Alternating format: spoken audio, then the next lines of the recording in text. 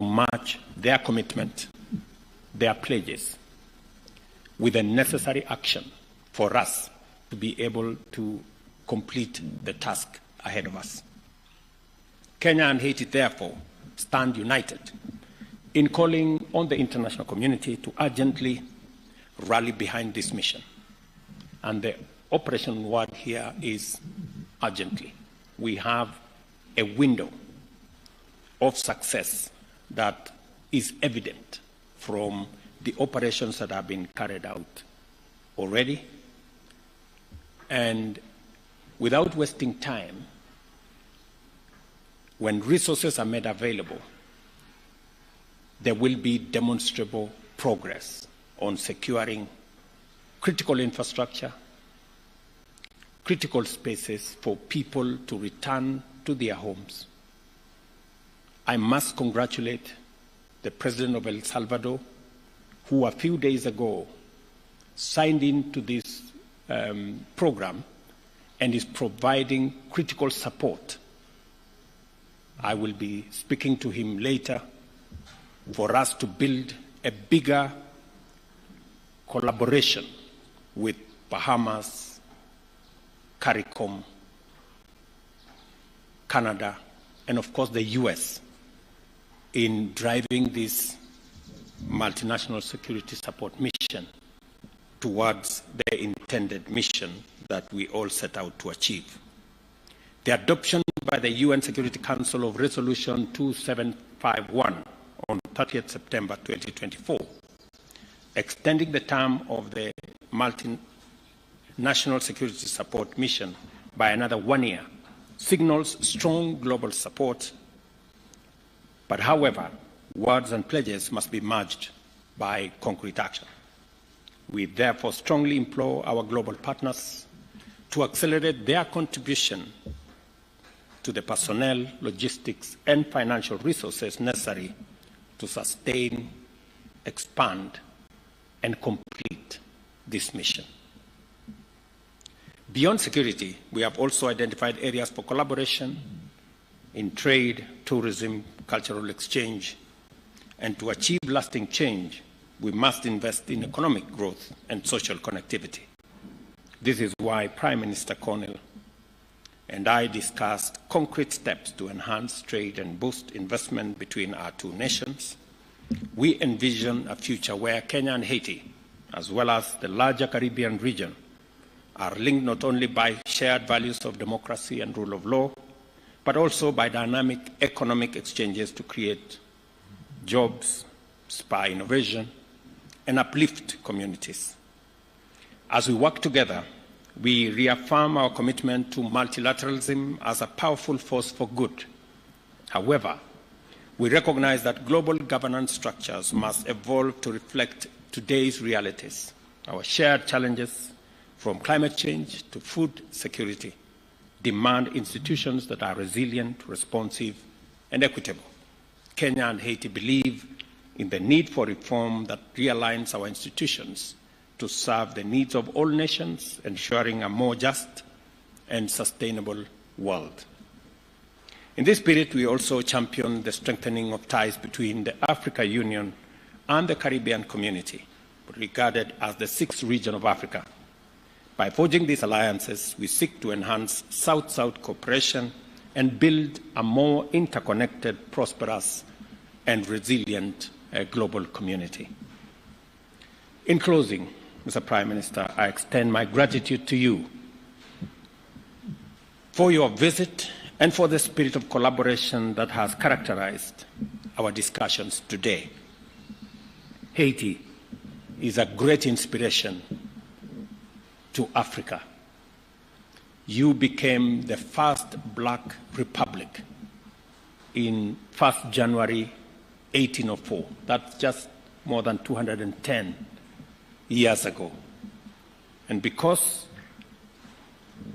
you inspired many countries with your own struggle for independence, believe in the rule of law, believe in freedom and democracy, many African countries followed in Haiti's footsteps And today we have a free Africa that has the potential to work with Haiti, even in this mission. There are many African countries, Your Excellency, who are ready and willing to participate in this mission because of the shared history of rule of law, freedom, and democracy that we all share. We look forward to continuing this dialogue, strengthening our ties, and building a future of peace, progress, and prosperity for our nation. As you journey back home, my brother, kindly convey our best wishes to the President, Mr. Voltaire, and esteemed members of the Transitional Presidential Council, and to our brothers and sisters in Haiti. Thank you very much. Please welcome. Thank you so much. Thank you. Thank you, Mr. President. Let me first start by thanking you for hosting us. It feels so nice to be back in Nairobi, city that I consider almost a second home, having been here so many times before. But let me also thank you for your vision, for your leadership, and for your commitment. You know, it's important to remind that Haiti is a country of 12 million people hostage to a handful of gang members, with half a population food insecure, with 600,000 displaced, with 70% of the health infrastructure that had collapsed. And this crisis came at a time when the world has its share of crisis. And you helped us tell the world that Haitian children are not less deserving than the others, and that Haitian men and women who are suffering deserve solidarity. And you led that fight with us. And today I think we're in a better place. You helped where others saw crisis, you saw opportunity and potential, and you voiced it in a very firm way, allowing for others to come together around Haiti. And me and the Haitian people are extremely grateful to you for your leadership in this critical time. I also want to, of course, extend and convey the gratitude of the Haitian people to the Kenyan people for their commitment, engagement, and sacrifice. Today, you share with us not because you have extreme abundance, but because Kenyan people have made the determination that Haiti deserves their help and support, and they've stepped up in a very significant way. Let me also reiterate what you've said. The first deployments of Kenyan contingents in Haiti have been extremely helpful, useful, professional, committed. They've engaged almost immediately, side by side with the police force. They've provided us with the wealth of experience that they have, and they continue to engage with us in a significant manner. Early on in this process, you will recall that their doubters had thought that language would be a barrier. Let me confirm that it has not. I followed directly operations in some of the most difficult circumstances, and they found ways to make sure that they protect each other and they get the mission accomplished. You said, and we agree, that this is something that we can do. If we work together, we're confident that we can see significant progress in the security situation in Haiti, and as you have pointed out, begin the rebuilding process. And we're committed to doing so. Now, obviously, our partners will have to step up and meet the commitments they've made, and the time is now. There is a sense of urgency. The progress that we're seeing is contingent on us continuing to provide the Haitian people with the relief that is desperately needed. And of course, that will only happen if the many commitments that were made by the international community actually materialized. So I'm also here to make a plea to our friends from other countries to come back to the commitments they've made and to ensure that as urgently as possible, they're able to make sure that the mission is fully funded. They're able to make sure that the police force and the contingent from Kenya have the resources they need to be able to be fully operational, and that already we're looking at the consolidation and the early recovery and the investments that are necessary to rebuild the schools, the health institutions that will sustain whatever progress we made. I can quote here the commander of the Kenyan troops in Haiti, with which I have regular meetings, when he tells me, Prime Minister, this is winnable. This is winnable. And that, of course, has inspired us all. In the next few days and weeks, we will continue to build on this progress. We've established an electoral council that will be installed. We've been able to reopen our schools. We're seeing progress in the security front as well. Obviously, the gangs are reorganizing to make it more difficult, but we're ready and we'll be steadfast. We're using our assets more effectively. We're looking at new relationships with others who may be willing to engage. We're going to see how we provide a more integrated approach solution, which would include disarmament, which would include better communication, which will include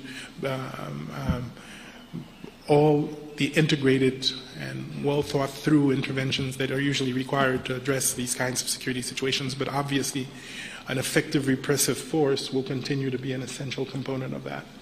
And let me tell you that just last week, we had this incredible violent event led by a gang in the northern part of Port-au-Prince. And quickly, the police and the contingent were able to deploy by road within really virtually hours to make sure that the city in question was quickly protected and that we would have the appropriate level of response to make sure that we address the situation. So this is to say that the Haitian people now have hope in what can be achieved. It is, of course, a cautious optimism. They will expect us to do more, and they deserve more. They've suffered now for months. Hundreds of thousands still cannot go home.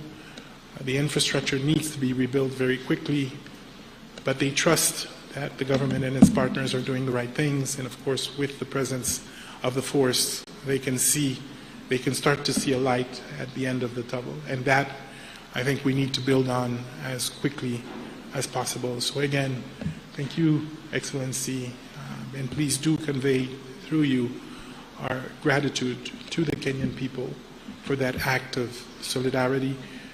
And I can tell you that it will not be lost. Thank you very much.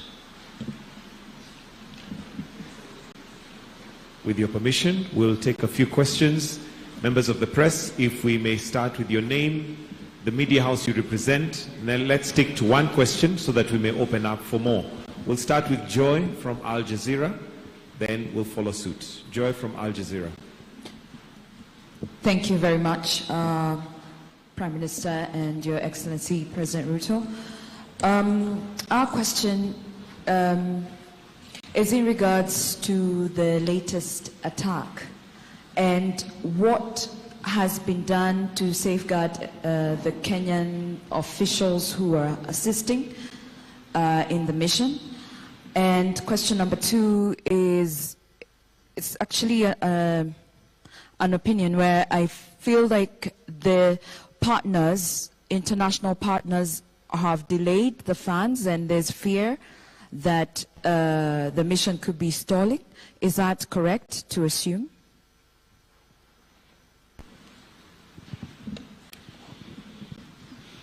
I think I'll allow, okay, do we take another question? Okay. Thank you very much, Rose Buchanan from AFP. So alongside the 600 further officers, will Kenya or members of the international community be supplying additional or improved equipment for the force already present in Haiti?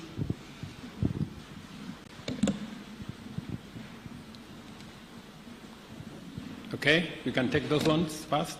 Or thank you very much. I think I will allow Prime Minister to respond to the first question because he has the latest information on the attack that, and as you've heard him speak to it, the response was the fastest that could have been assembled in a long time.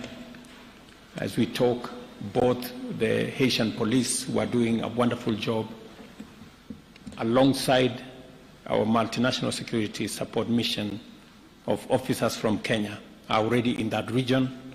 I'm informed that it's a region 2 hours drive from Port-au-Prince, a region that for a very long time has been held hostage by criminals and gangs. But today we have a foothold and a footprint of both the Asian police and the Kenyan contingent in that place. As to your question as to what is being done, I think everything is being done to make sure that we minimize casualties of both our security men and civilians, even as we deal with the criminals. And on the question from FP on what additional is being done, Prime Minister just came out of UAE, who have committed to support this mission. El Salvador, as I told you, on the 3rd, which is just a week ago, also signed in to provide capabilities for the support for the multinational security mission. There are other consultations that are going on. Additional equipment have been provided. Additional air support has been provided thanks to Prime Minister's goodwill and coordination. So there is a lot more that is happening. Yes, we can do more, and the partners need to step up. That is correct. We have commitments that have been made by our global partners, and it is my position, alongside that of Prime Minister here, that every partner should, this is the moment to step up, and this is the moment to provide that critical support for us to be able to undertake the exercise at hand. Prime Minister. Thank you, Mr. President. I think you've covered it extremely well. A few days ago, a ruthless gang murdered and assassinated over 70 people, including men, women, and children, northern part of Haiti, which was a senseless crime. And as I said, within hours, we were able to not only deploy, but this time we were able to deploy significant numbers by road, which we hadn't been able to do. But second, and even more important, we're able to deploy and stay. So this is no longer a reactive, temporary mission. It has become a mission to the end, to make sure that we can actually regain a level of safety that's acceptable in the region. Now, there's still a lot going on, and I don't want to by any means describe this as being done or easy, but the work is being done house by house, neighborhood by neighborhood, to ensure that these people, the people of the Artemonite region, can once and for all find peace. And I think the President has rightly stated that every operation is well thought through with the Kenyan team on the ground and the police force to ensure the greatest amount of security for the troops that will engage in these different combats. Now, obviously, this always comes with a level of risk, but we're confident that we do everything we can every time to make sure that we're protected. And as I think, as the President has mentioned, coming out of New York, we had very constructive meetings with several partners.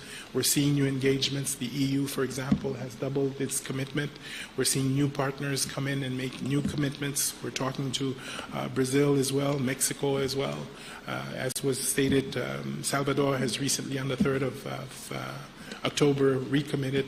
But you're right, we would like to see a quicker response. We would like to see more commitment, and we're going to continue to push for it. Okay, we can take a bunch of 2 more questions, then after that we can wind up to the questions. All right, my name is Nick Mudimba from CGT in Africa, China Global Television Network.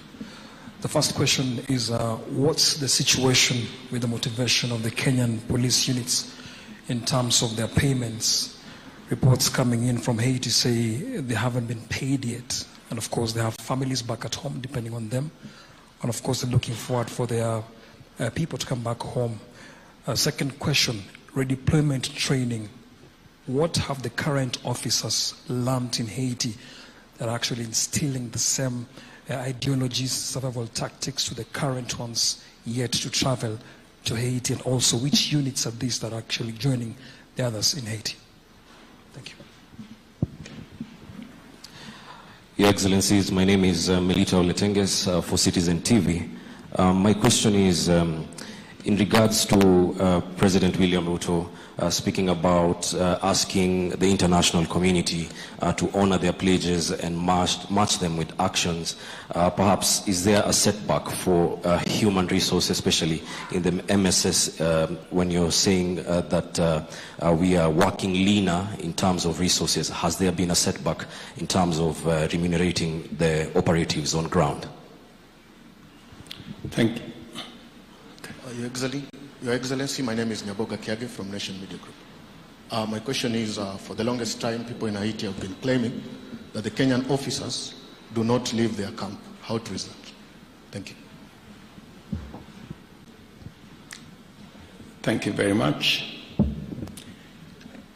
I think all those questions you've asked are interconnected in some way. There is information that I can provide to you on matter security, but to a certain extent. It's not necessary for us to tell you which units are participating in this operation, because those are security matters. But on the whole, we have a budget that takes us all the way to March next year. So in terms of being able to support our officers on the ground, including those who are joining next month, we have resources to make sure that they have every support that they need up to March 2025. We are asking the international community to step up because our mandate extends all the way to October next year. All the other issues have been taken care of. As for the status of the MSS security personnel and how they are operating, I think you've heard from the Prime Minister the kind of robust engagement that is going on with our security personnel. I do not think that they would be in a camp and at the same time be in the operation area that the Prime Minister has just talked about. Maybe Prime Minister can. Really just to add that I personally have been on patrol at 1 o'clock in the morning with our Kenyan brothers and sisters that are working with us. They've engaged in very delicate and difficult operations in the center of the city. They've helped us commence to secure our port.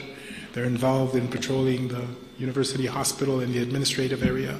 And more important, they're with us up north, working closely with the police force to address the current threat with the gangs. And they do so with the level of professionalism and expertise that we've learned to trust and admire. So I can tell you safely that no, we are engaging. The leadership is also very much engaged with the leadership of the police force in strategic thinking, in understanding and collecting intelligence and finding out how to use it more effectively. So that exchange is also helping build up the capacity of the Haitian force itself. So let me be very clear. The presence of the two contingents that we have now have been extremely, extremely helpful in helping us make the progress that we are seeing now. Thank you very much. Just so that you know, we've had Prime Minister and we had different meetings in Washington at the sidelines of the UN General Assembly. I had engagement with Secretary Blinken, and they have also committed to provide more capabilities in terms of transport and other facilities that would help us move forward. I must commend Prime Minister that 11 days ago, schools were opened in Haiti after a very long time. That's an act of courage, and we intend to provide support and ask the international community to come along with us, because there will be requirements for rebuilding some of the schools, rebuilding some of the hospitals and other facilities for the people of Haiti to begin to regain normalcy in their lives. And that additional support, aside from the security personnel and the stability and peace that we are pursuing, will be necessary to carry the community along with the social infrastructure that will help stabilize the country, create hope, and move people to the next level. So otherwise, thank you very much, and thank you for coming for the press conference. Asante sana. Thank you, Excellencies. That brings us to the end of this press briefing. We shall allow the Excellencies to retreat as we'll be guided on our next steps from here.